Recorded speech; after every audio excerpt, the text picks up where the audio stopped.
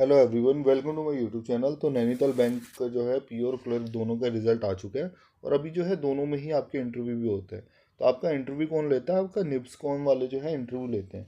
निप्सकॉन क्या है? वो है national institute of banking studies and corporate management. वो इंटरव्यू लेते हैं और उनके बेसिक कुछ क्वेश्चन होते हैं जो वो हमेशा पूछते हैं।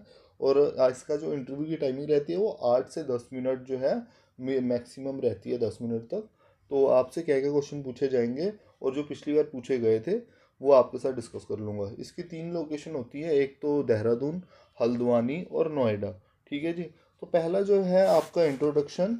तो शुरू शुरू के बच्चों से इंट्रोडक्शन पूछते हैं, लेकिन आगे इंटरव्यू छोड़ के सीधा फैमिली पे चले जाते हैं और फैमिली बैकग्राउंड से ही आपसे क्वेश्चन पूछने की कोशिश करते हैं। उसके बाद बैंकिंग से रिलेटेड जब क्वेश्चन पूछते हैं तो उसमें पूछते हैं चेक के बारे में, चेक के टाइप।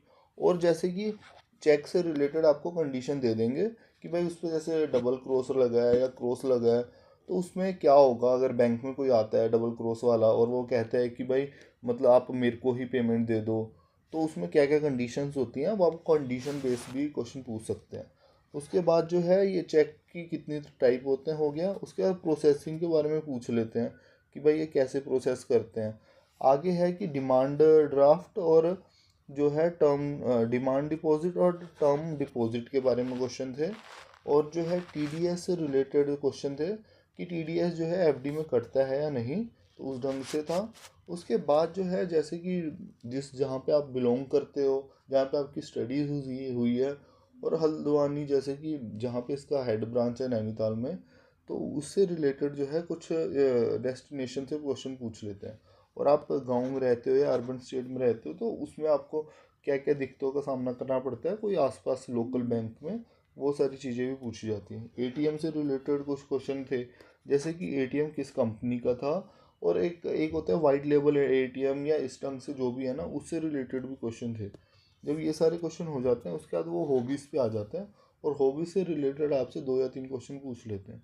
उसके बाद जैसे टैक्स से रिलेटेड कि भाई डायरेक्ट टैक्स क्या है, इनडायरेक्ट टैक्स क्या है। जब ये सारे से वो डील कर लेते हैं या आप नहीं फंसते हो तो फिर वो ग्रेजुएशन पे आ जाते हैं, क्योंकि मोस्टली जो है बीटेक वाले ही ग्रेजुएशन में गए होते हैं। और वहाँ पे आपको इंटरव्यू पैनल में बीटेक वाले भी मिल जाते हैं जिनको अच्छी नॉलेज होती है सब्जेक्ट की। तो वो आपसे सब्जेक्ट की नॉलेज भी पूछ लेते हैं। अगर उनको नहीं रखना एनी हाउ, उनको जो है कम बच्चे रखने हैं, तो आपको जो है ग्रेजुएशन रिलेटेड भी क्वेश्चन पूछते हैं वो लोग। और एचआर रिलेटेड कुछ क्वेश्चन पूछते हैं। उसके बाद बात ख़त्म हो जाती है। मतलब ये हार्डली 8 से 10 मिनट ही चलता है। अगर आप इन सारे क्वेश्चन को अपने ग्रेजुएशन बेस को, आप कहाँ से आए हो, आपने अभी कितना एक्सपीरियंस है, फैमिली रिलेटेड, ये सारे क्वेश्चन अच्छे से कर लिए, तो ज़्यादा उम्मीद है कि आपकी जो ज्वाइनिंग हो जाएगी। अच्छा बैंक है, अच्छी सैलरी है। और जो है बाकी प्राइवेट बैंक की तरह जो है इसमें इतना स्ट्रगल और ये इतना प्रेशर नहीं है जितना बाकी में है। नैनीताल जो है अभी भी बैंक ऑफ बड़ौदा के अंडर में ही है, तो आप लोग समझ सकते हो अच्छा बैंक है। तो आज के लिए इतना ही। मैं आपके साथ फिर लेके आऊँगा इंटरव्यू के कुछ क्वेश्चन जो और भी लोगों को पूछे गए हैं। ये तो मेरे एक्सपीरियंस और मेरे साथ के लड़कों के एक्सपीरियंस के हिसाब से आपके साथ शेयर किया है। आज के लिए बस इतना ही। धन्यवाद।